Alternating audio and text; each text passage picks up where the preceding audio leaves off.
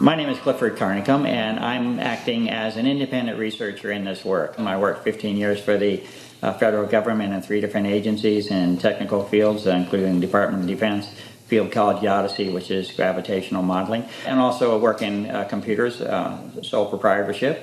And for the last 15 years of my life, I basically am an independent researcher acting in the public interest. This is why I'm doing the work. It's at one level, it's no simpler than if you knew that you had pollution. If you want to take this on the simplest argument, of which there are much more deeper and complex arguments, but if you wanted to take it at the simplest level possible and ask yourself, is it all right for you to have the deliberate and systematic introduction of massive amounts of pollution into your atmosphere without your consent and without proper disclosure? Is that acceptable to you? Is that acceptable to your children? John Brandt. Good morning, Mr. Brandt. Wow, this is Amanda from Virginia. Hi, how are you? Hi, I've been trying to get a hold of you for months now. You guys are covering up chemtrails. No, we are not covering it. We have no reason to cover up chemtrails. Of course, you have every reason to cover it up. Every reason. It's called losing your job. What reasons would that be? Oh, well, you personally, you would lose your job if you were to reveal anything to me, and it's probably unsafe for you to even be speaking about this, considering the types of individuals you work for. It's not unsafe. It is unsafe. There's no problem with us talking on, you're a citizen, you're making a complaint. Oh, Lord, have mercy on myself. It's a complaint in an area that we don't have authority to regulate. One of the main questions that we will face in dealing with this issue is whether or not there is full disclosure or not, whether or not it is intended that the public receives the information on this subject. And the facts are that the public is not to receive the information openly.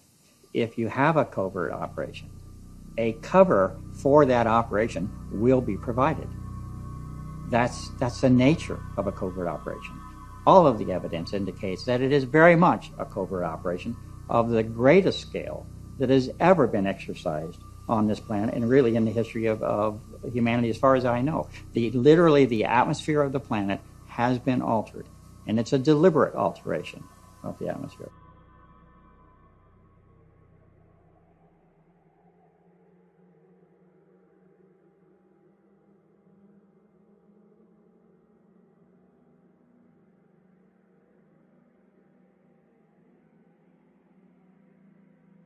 This is a global operation, and it affects everybody and every living thing.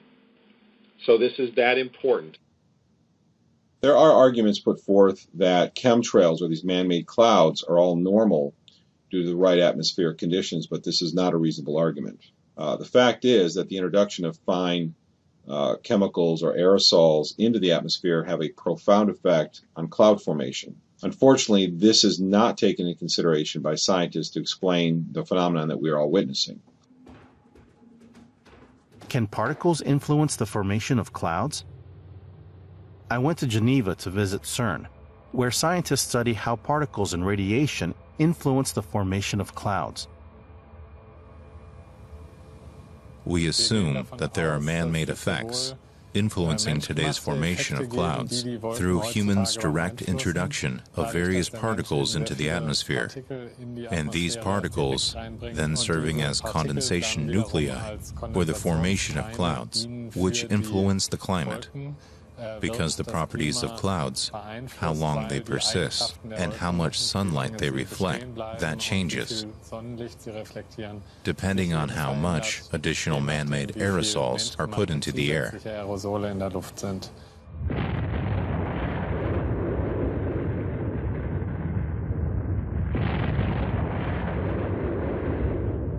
The Soviet climatologist Mikhail Budiko had the idea of imitating what volcanoes do and putting sulfur particles in the stratosphere, and this was around 1974. Then that was pretty much left on the table until the late 1980s when Edward Teller and his colleagues started introducing various geoengineering ideas.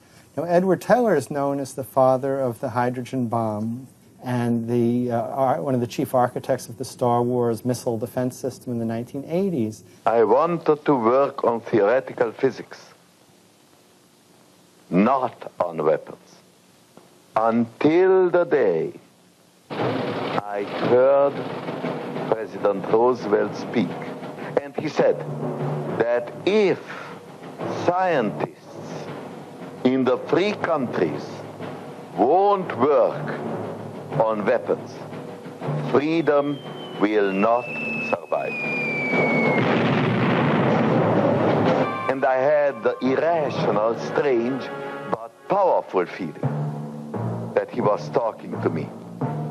That is when I made up my mind, and I have not changed it since. Teller said, we'll never cooperate to reduce greenhouse gas emissions. So he designed a whole bunch of sophisticated particles that could be put in the stratosphere or could block some sunlight. And he was looking at ways both to cool the Earth and to warm the Earth. And so this, so this tradition of these geoengineering proposals coming out of the secretive, nefarious military-industrial complex has given, let's just say, a public relations challenge to these options. The chemtrail speculations are based on a patent from 1991 to reduce global warming. The particle seeding should be done at an altitude on the order of 10 kilometers. The particles may be seeded by dispersal from seeding aircraft. One technique may be via the jet fuel.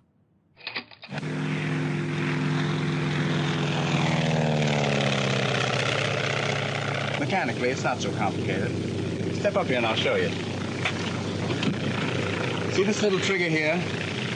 That's a part of the pen we write with.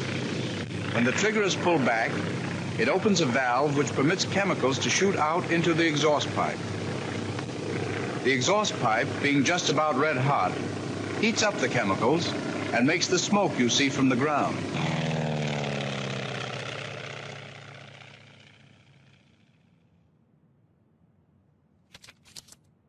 In 1992, the National Academy of Sciences recommended various geoengineering methods to fight global warming.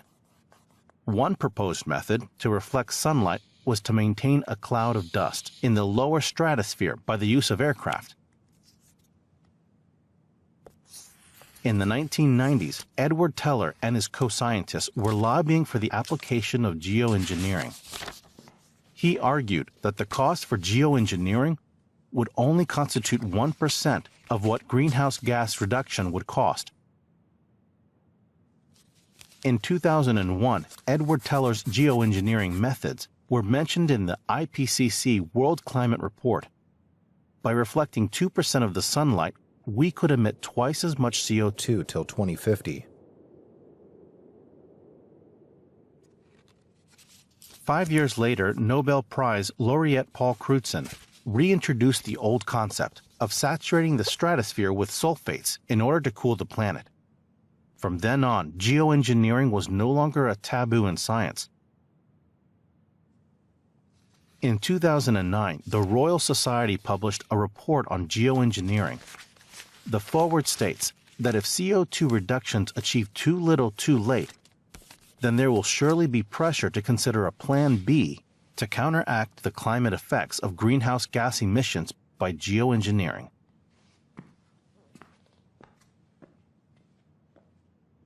Already in the same year, in the scope of a field experiment, sulfate particles were officially placed in the atmosphere for the first time, but not by the US, but by the Russians, successfully. The experiment showed that the technology works. According to the German Federal Office of the Environment, further research projects for geoengineering are expected, even large-scale experiments. You ever look at those planes up there? They have contrails behind them. Maybe all those planes are the contrails. Maybe they're actually spraying chemicals into the atmosphere right now, and Uncle Sam isn't telling us. Seems extremely unlikely. That the United States is not telling something to its citizens? That seems extremely likely to me. Read the newspaper. I think they might have your idea already.